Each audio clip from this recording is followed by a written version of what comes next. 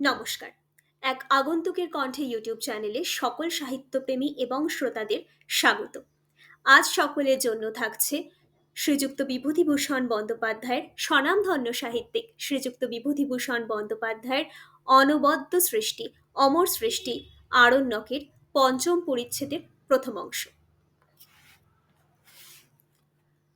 খুব জ্যোৎস্না, তেমনি হাড় কাঁপানো শীত। পৌষ মাসের শেষ। সদর কাছারি হইতে লবটুলিয়ার দিঘি কাছারিতে তদারক করিতে গিয়াছি। লবটুলিয়ার কাছারিতে রাত্রে রান্না শেষ হইয়া সকলের আহারাদি হইতে রাত 11টা বাজিয়া যাইত। একদিন খাওয়া শেষ করিয়া রান্নাঘর হইতে বাহিরে আসিয়া দেখি অত রাত্রে আর সেই কনকনে হিমবর্ষী আকাশের তলায় কে একটি মেয়ে ফুটফুটে জ্যোৎস্নায় কাছারির কম্পাউন্ডের সীমানায় দাঁড়াইয়া আছে। পাটোয়ারিকে জিজ্ঞাসা করিলাম, ওখানে কে দাঁড়িয়ে? পাটোয়ারি বলিল, ও কুন্তা, আপনার আসবার কথা শুনে আমায় কাল বলছিল ম্যানেজার বাবু আসবেন, তার পাতের ভাত আমি গিয়ে নিয়ে আসবো। আমার ছেলে পুলের বড় কষ্ট, তাই বলেছিলাম যাস। কথা বলিতেছি এমন সময় কাছারির টহলদার বলোয়া আমার পাতের ডালমাখা ভাত, ভাঙা মাছের টুকরো, পাতের গোড়ায় ফেলা তরকারি ও ভাত, দুধের বাটির ভুক্তাবশিষ্ট দুধ ভাত সব লইয়া গিয়া মেয়েটির আনিত একটা পেতলের কানা উঁচু থালায় ঢালিয়া দিল। মেয়েটি চলিয়া গেল। 8-10 দিন সেবার লবটুলিয়া কাছারিতে ছিলাম। প্রতি রাত্রে দেখিতাম ইদারার পাড়ে সেই মেয়েটি আমার পাতের ভাতের জন্য সেই গভীর রাত্রে আর সেই ভয়ানক শীতের মধ্যে বাহিরে শুধু আঁচল গায়ে দিয়া দাঁড়াইয়া আছে। প্রতিদিন দেখিতে দেখিতে একদিন কৌতূহল বশে পাটোয়ারিকে জিজ্ঞাসা করিলাম, কুন্তা, যে রোজ ভাত নিয়ে যায় ও কে? আর জঙ্গলে থাকেই বা কোথায়? দিনে তো কখনো দেখিনি ওকে। পাটোয়ারি বলিল, বলছি হুজুর। ঘরের মধ্যে সন্ধ্যা হইতে কাঠের গুঁড়ি জ্বালাইয়া গনগনে আগুন করা হইয়াছে।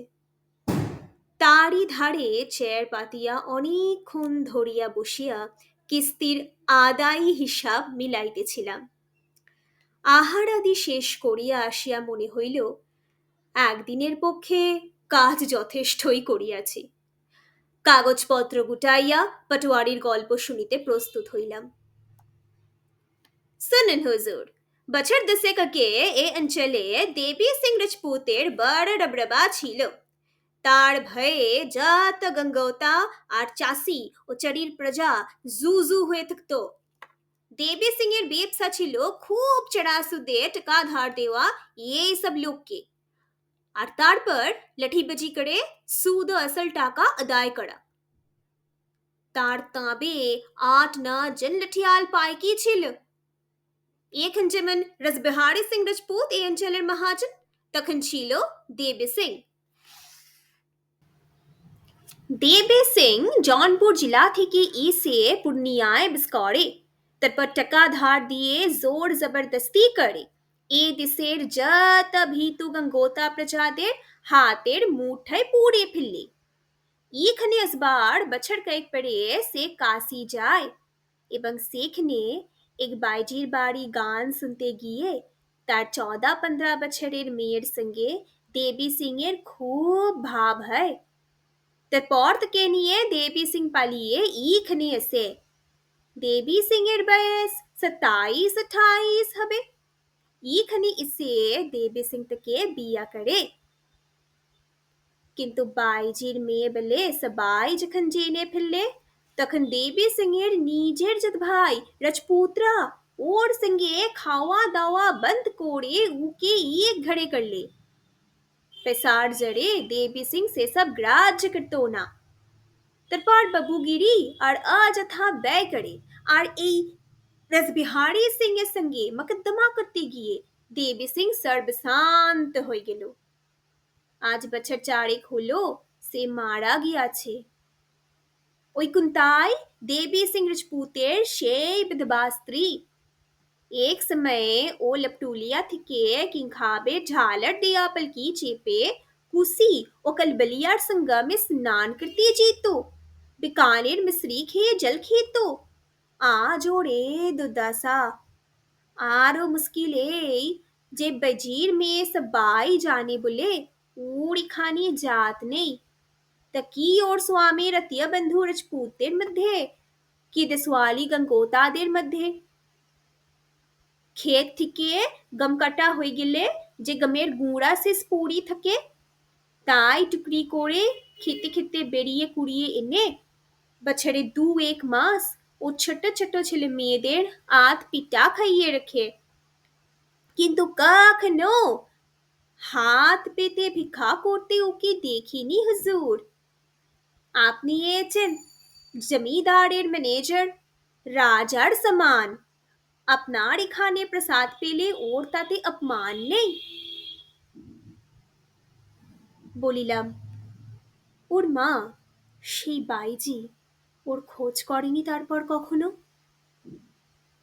পাটোয়ারি বলিল, দেখেনি তো কখনো হুজুর, কুন্তাও কখনো মায়ের খোঁজ করেনি।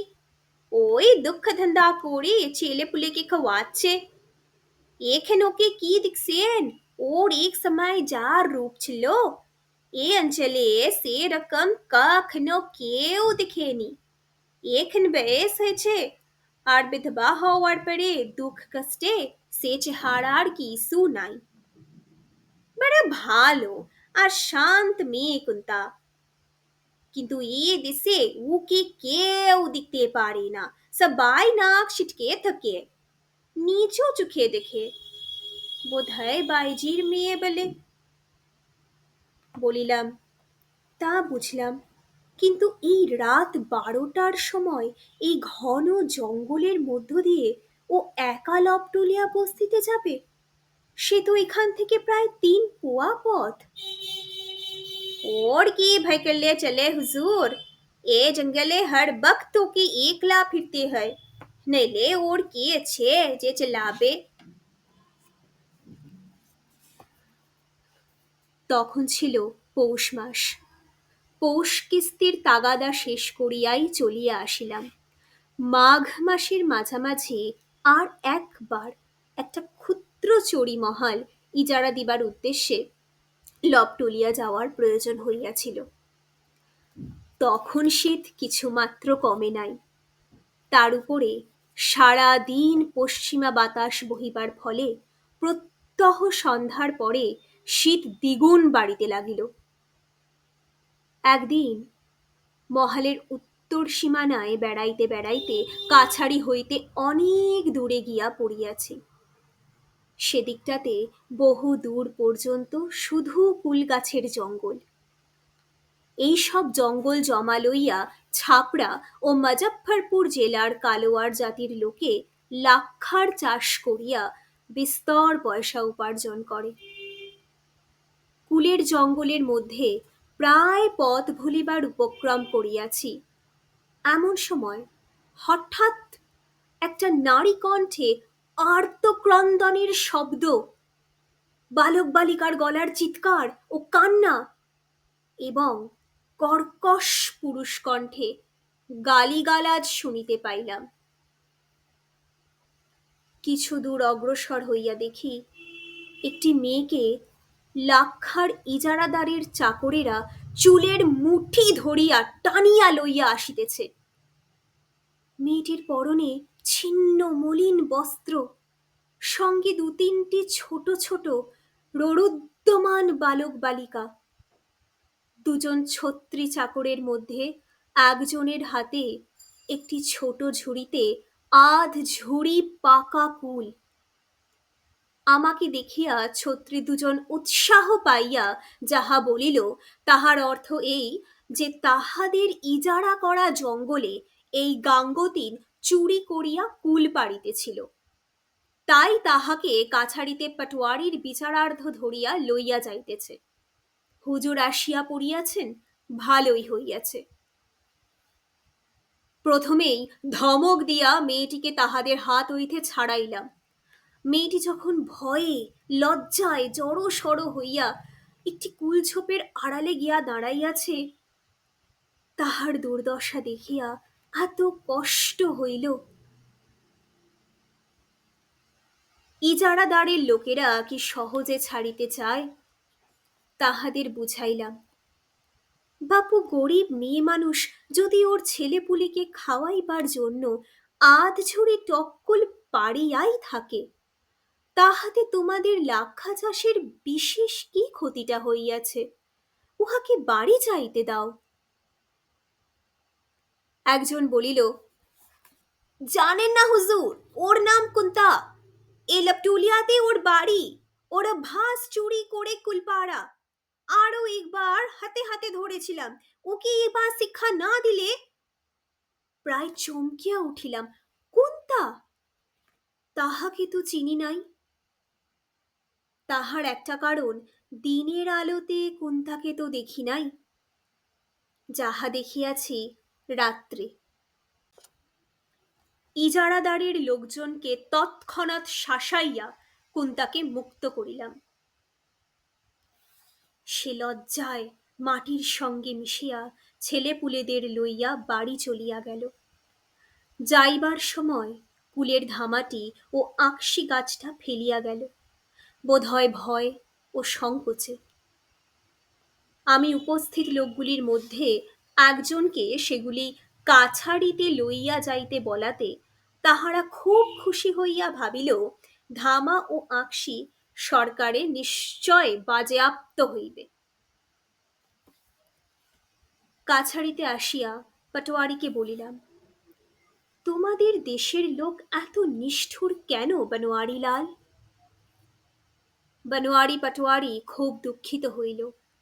বনোয়ারি লোকটা ভালো, এদেশের তুলনায় সত্যি তার হৃদয়ে দয়া মায়া আছে। কুন্তার ধামা ও আঁকশি সে তখনই পাইক দিয়া লবটুলিয়াতে কুন্তার বাড়ি পাঠাইয়া দিলে। সেই রাত্রি হইতে কুন্তা বোধ হয় লজ্জায় আর কাছারিতেও ভাত লইতে আসে নাই।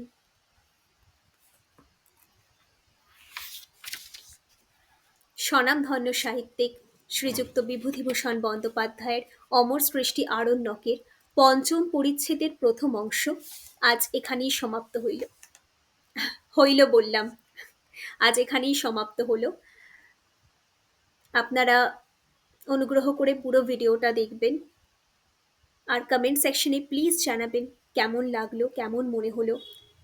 কোথাও যদি আমাকে কোনো ইমপ্রুভ করতে লাগে তাহলে সেটাও কাইন্ডলি জানাবেন। ভিডিওটা ভালো লেগে থাকলে প্লিজ লাইক করবেন, শেয়ার করবেন and please subscribe to my channel এক আগন্তুকের কণ্ঠে। খুব তাড়াতাড়ি দ্বিতীয় অংশ নিয়ে হাজির হব আবারও আপনাদের সকলের সামনে। ধন্যবাদ।